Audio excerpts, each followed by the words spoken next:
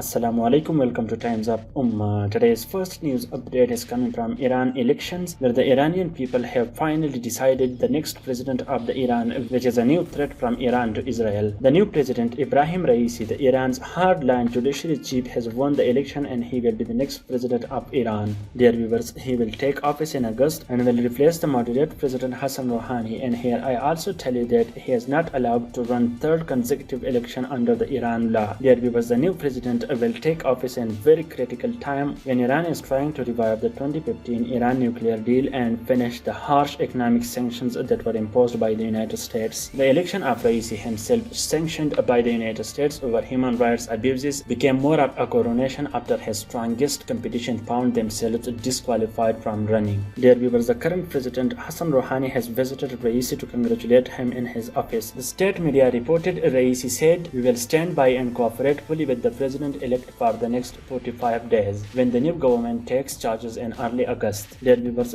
one thing to be clear, and that is Raisi has very deadly intentions toward Israel, and Israel has previously said he is a hardline president. And the Israeli Prime Minister Naftali Bennett has condemned the new Iranian president as a hangman, describing Ibrahim Raisi's election win as a final wake-up call for the world powers before returning to a nuclear agreement with Tehran. And I think it will give a very tough time to Israel, and it will be also a big threat to the ideology of the greater Israel as well. And you know, Iran and Israel are two big rivals, and Iran has always threatened Israel for its actions against Palestinians. And you know that Iran has also supported Hamas in the recent Israeli bombardment. Dear viewers, a new threat for Israel has also created in the region, and now Israel will face a tough time.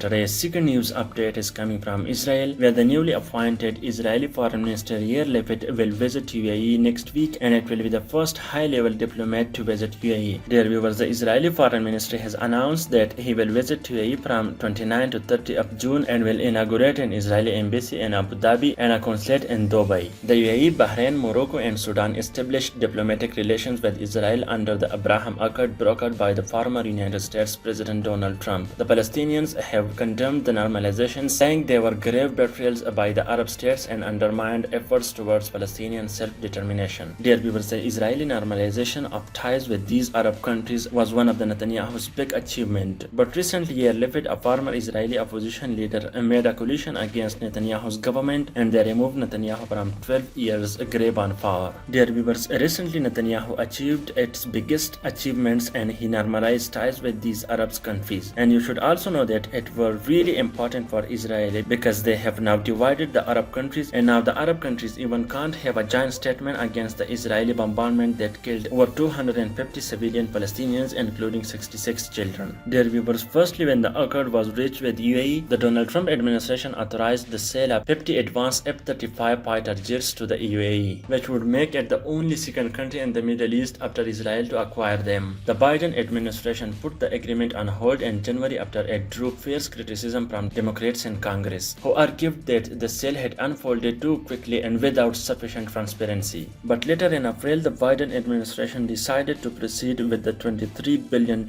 arms sales and said it would work with the UAE to ensure adherence to human rights standards and the law of war. Dear viewers, the deal broke years of consensus among most Arab states that have said any official recognition of Israel is conditional on the end of the occupation of Palestinian territories and establishment of the two-state solution on the 1967 borders. The Palestinian Authority, based in the occupied West Bank, quit its chairmanship of Arab League meeting and protests and recalled their ambassadors to the UAE and Bahrain. Dear viewers, for now the ties between both countries are so good because when the Israeli forces were killing civilian and innocent lives in the Gaza, the Arabs and Jews were enjoying the world's tallest hotel.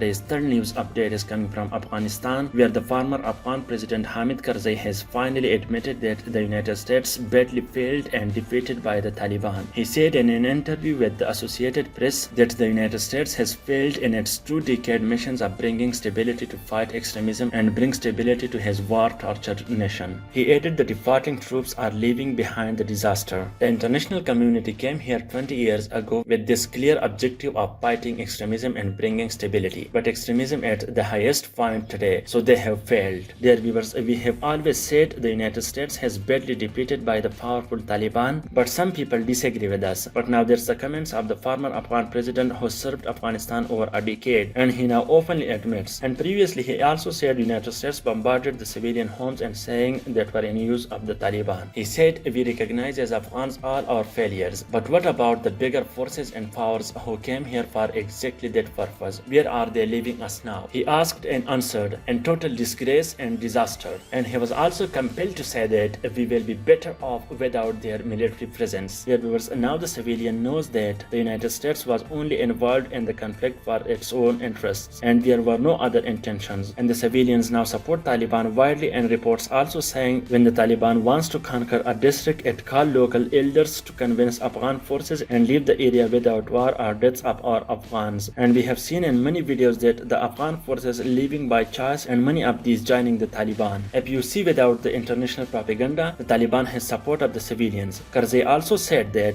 I think we should defend our own country and look after our own lives. Their presence has given us what we have now. We don't want to continue with this misery and indignity that we are facing. It is better for Afghanistan that they leave. So the purpose of this video is to show you how the United States has badly defeated by the Taliban, and it is one of these evidences who everyone can believe. And a president who served 13 years amid war in Afghanistan can just recognize it. Dear viewers, if you want to watch top news from the whole world, please make sure to subscribe Times of Ummah.